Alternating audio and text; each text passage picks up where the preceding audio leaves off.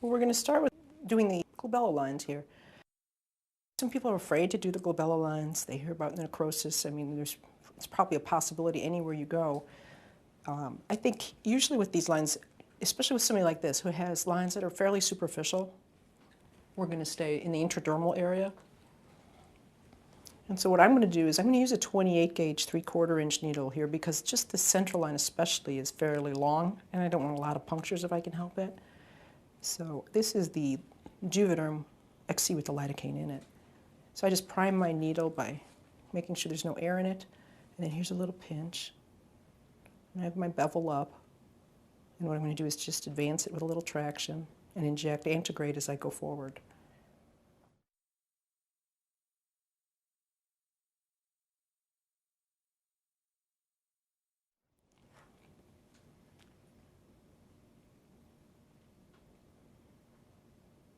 Is it hurting much? Not at all. Good. It's a nice change. And then I inject also retrograde as I come back. Now I want to go back down a little bit through that, staying intradermal where there's little resistance.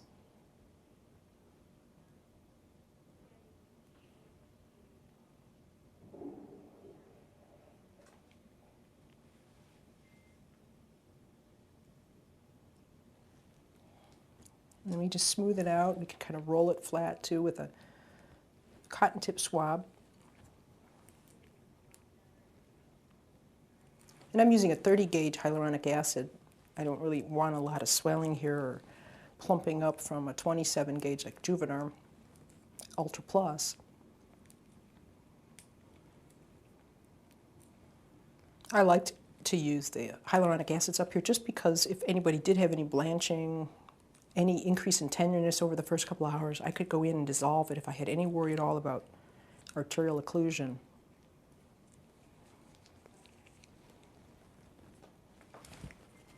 Then I'm going to switch back over to a 30 gauge half-inch needle to get the other lines that look a little shorter.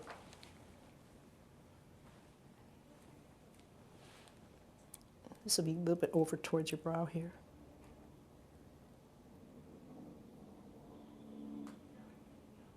And same thing, is stay intradermal as much as I can.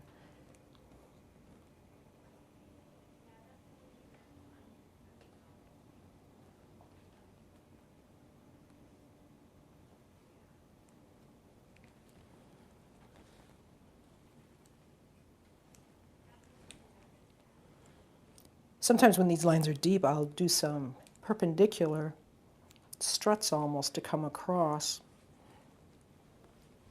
underneath them, almost like you do with the deeper nasolabial folds. And here's another little pinch.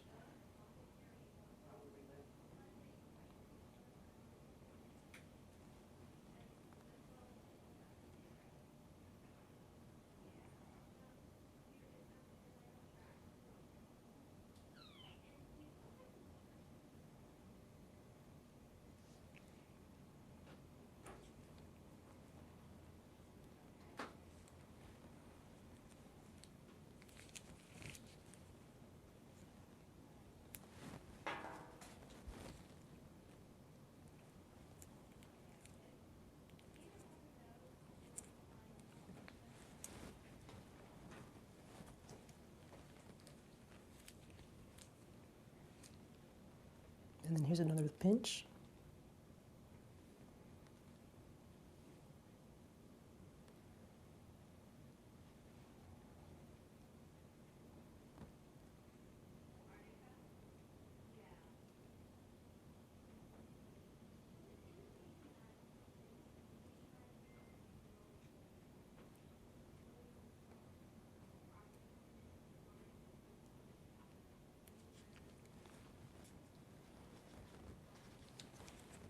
And I think the glabella lines are pretty straightforward as far as filling them out just directly below the line and as in the intradermal area, or playing as much as possible.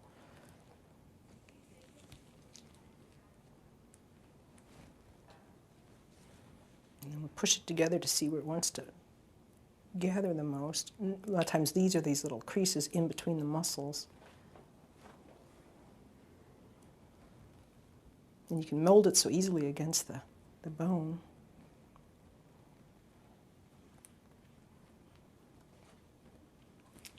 And I want to get a little farther down, so I'm going to switch back to the 28 gauge.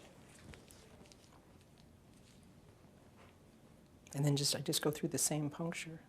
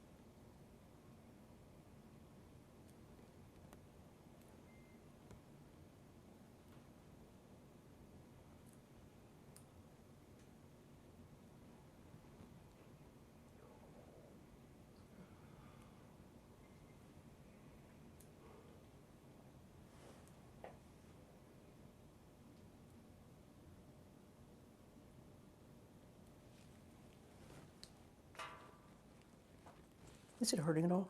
Mm-mm. Okay.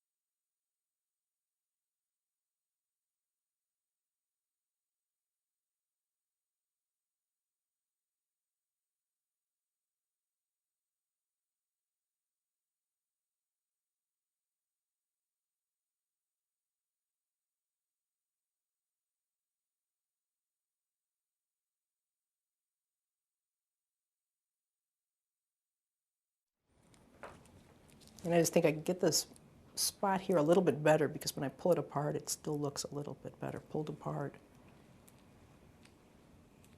And these areas usually bruise pretty easily, but they don't last long.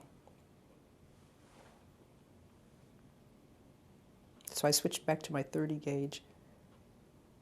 And again, just stay intradermal.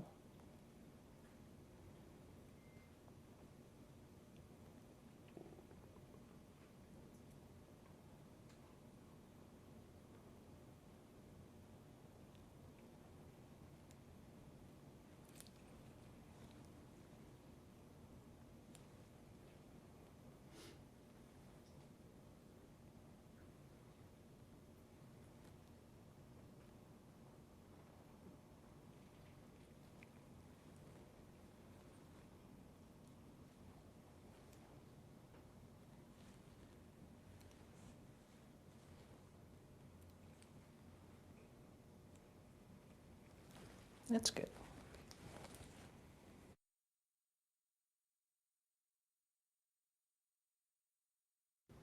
So I've bent my needle just so I can get the right angle and stay superficial. And what I do is I'll just use my other two fingers to tent it up, and I go in just above the line. Here's a little pinch. And then I inject antegrade and retrograde. And I'm going to go just below the surface.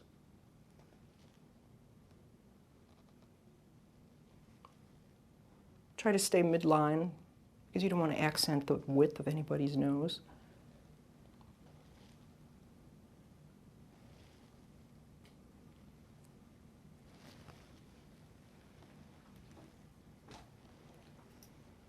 And I'm using a 27 gauge hyaluronic acid, which is very moldable, but I like that in this area or at the top of the nose because it doesn't move as much as the 30 gauge hyaluronic acids. And I don't want it to move. I don't want it to creep a little bit down the side of the nose.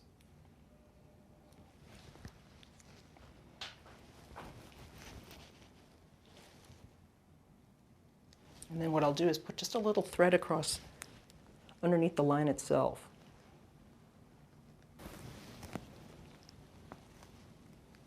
And then go ahead and close your eyes for a second. And here I stay intradermal because that line is a crease right at the surface. And I can tell I'm intradermal because it's a little bit of resistance as I advance.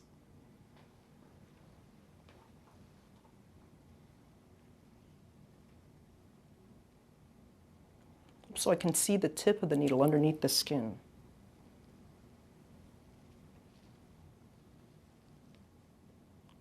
And same thing, I inject antegrade and retrograde, partly out of habit.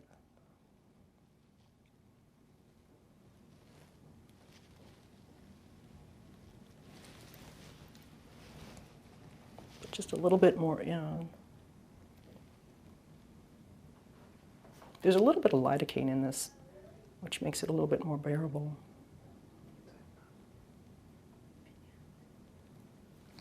Okay, good.